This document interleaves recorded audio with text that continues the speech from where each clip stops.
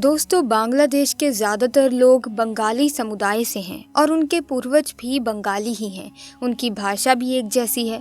बहुत से हिंदू हैं जिन्होंने धर्म परिवर्तन किया या मुस्लिम धर्म अपना लिया, इसलिए बांग्लादेश में बहुत से मुसलमानों के उपनाम हिंदू हैं। ऐसे में क्या हुआ जब बांग्लादेश में 600 साल पुराने श्रापित मंदिर के ताले तोड़े गए। उसके बाद जो हुआ उसे देखकर आपके पैरों तले ज़मीन खिसक जाएगी। दोस्तों, बीते दिनों में बांग्लादेश में अचानक से जो स्थिति बदली है, इसी तरह की महत्वपूर्ण और ज्ञानवर्धक जानकारी प्राप्त करने के लिए हमारे चैनल समृद्धि को सब्सक्राइब करें और बेल आइकन को प्रेस करें ताकि नई वीडियोस की अपडेट आपको सबसे पहले मिल सके। जब से कट्टरपंथियों के हाथ में ताकत आई है, तब से सबसे पहले वहां रह रहे हिंदुओं को शिकार बनाया जा रहा है। हिंदुओं की आस्थाओं को कमजोर करने के लिए वहां के समस्त धार्मिक स्थलों को तोड़ा जा रहा है। सरेआम हिंदुओं की हत्या हो रही है और हिंदू महिलाओं की असमत को लूटा जा रहा है। लेकिन दोस्तों, कहते हैं ना, जब भगवान की परम शक्ति को ललकारा जाता है तो फिर ऐसा चमत्कार होता है जिसे दुनिया सदियों तक याद रखती है। हाल ही में बांग्लादेश के अंदर एक ऐसी घटना हुई जिसने सबको ये बात बता दी कि जब जब सनातन धर्म को मिटाने की कोशिश की गई, तब तब उसकी रक्षा के लिए भगवान ने किसी न किसी को जरूर भेजा है।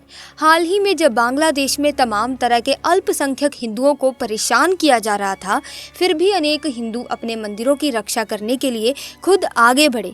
रात्रि हो या सुबह, हिंदू लोगों ने अपने मंदिरों की सुरक्षा स्वयं की।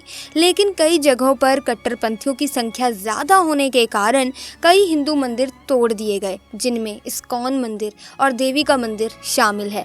साथ ही साथ भागवत गीता भी जलाई गई और कई दुर्गा पंडालों को नष्ट किया जा रहा था। सबको यही भय था कि क्या बांग्लादेश से हिंदुओं का नाम और निशान खत्म हो जाएगा।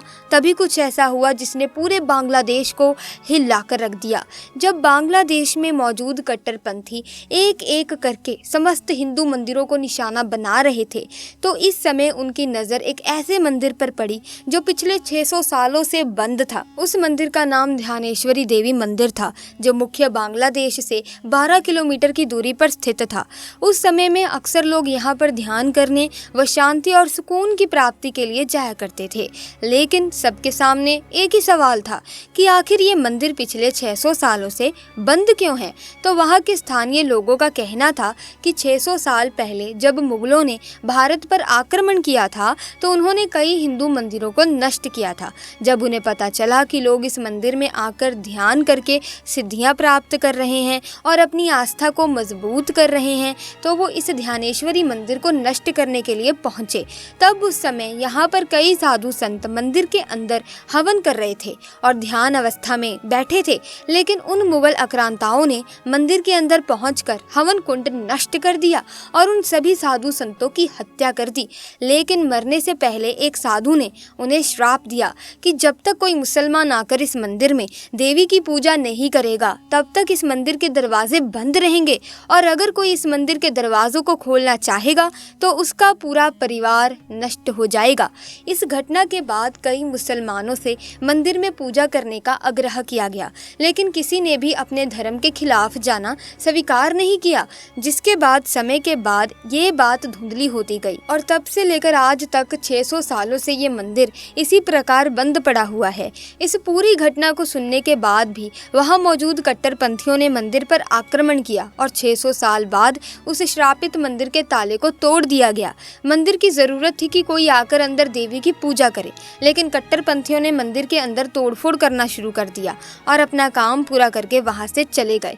उस क्षेत्र के लोग बड़े निराश थे क्योंकि उन्हें ध्यानेश्वरी देवी में बड़ी आस्था थी। वे मंदिर के अंदर नहीं जा सकते थे, लेकिन मंदिर के दरवाजे पर ही देवी का पूजन किया करते थे। लेकिन अब कट्टरपंथियों द्वारा मंदिर के दरवाजे को और मंदिर को काफी हद तक तोड़ा जा चुका था। उस दिन उस इलाके में पूरे दिन बरसात हुई और भयंकर बिजली सबको भयभीत कर रही थी। तभी अगले दिन एक ऐसी खबर आई जिसे सुनकर सबके रोंगटे खड़े हो गए। पता चला कि जिन लोगों ने कल मंदिर में तोड़फोड़ की थी, अचानक से रहस्यमय रूप से उन सभी की मौत हो गई। तकरीबन 10 लोग जिन्होंने मंदिर में बहुत ज़्यादा तोड़फोड़ की थी।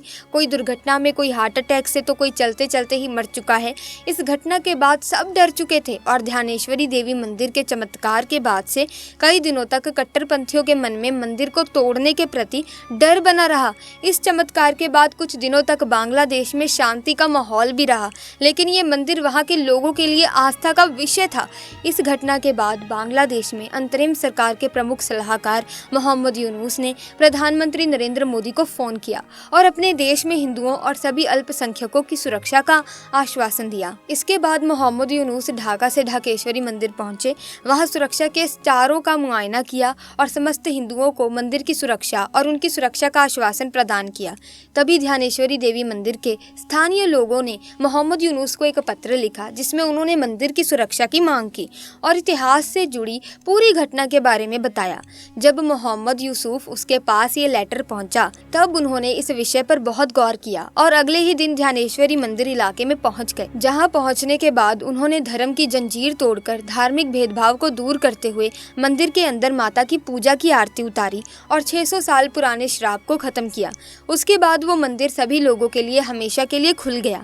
साथ ही मोहम्मद यूनुस ने मंदिर के पुनर्निर्माण का आश्वासन दिया, जिससे वहां के सभी रहवासी बड़े खुश थे। लेकिन दोस्तों, पिछले कुछ दिनों से जो खबर आ रही है वो हैरान करने वाली है, क्योंकि फिर से कई क्षेत्रों में हिंदुओं पर अत्याचार होना शुरू हो गए हैं। लेकिन इन सभी के बीच में एक सबसे बड़ी खबर ये निकल कर आई है कि हिंदुओं ने भी अब एकजुट होना शुरू कर दिया है। वो समझ चुके हैं कि जातियों में बंटकर अब कुछ नहीं होने वाला। अगर दुश्मन को कमजोर करना है तो हमें एक होना पड़ेगा।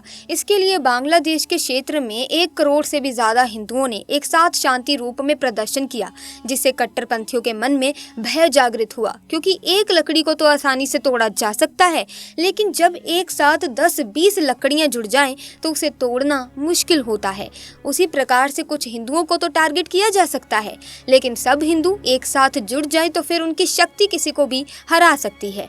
और साथ ही साथ दोस्तों, हम आपको ये भी बताना चाहते हैं कि जैसे कि हमने बहुत समय पहले या हमने बचपन में ये कहावत सुनी है कि एकता में बल है। इसी के साथ आज की वीडियो में बस इतना ही। अगर वीडियो इन्फॉर्मेटिव लगी है, आपको कुछ जानने को मिला है, तो आप इस वीडियो को लाइक जरूर कीजिए, शेयर कीजिए, चैनल को सब्सक्राइब कीजिए, बेल आइकन को प्रेस कीजिए, ताकि आने वाली वीडियोस की अपडेट आपको मिलती रहे समय समय पर। हम भी मिलेंगे जल्द ही, तब तक के लिए धन्यवाद।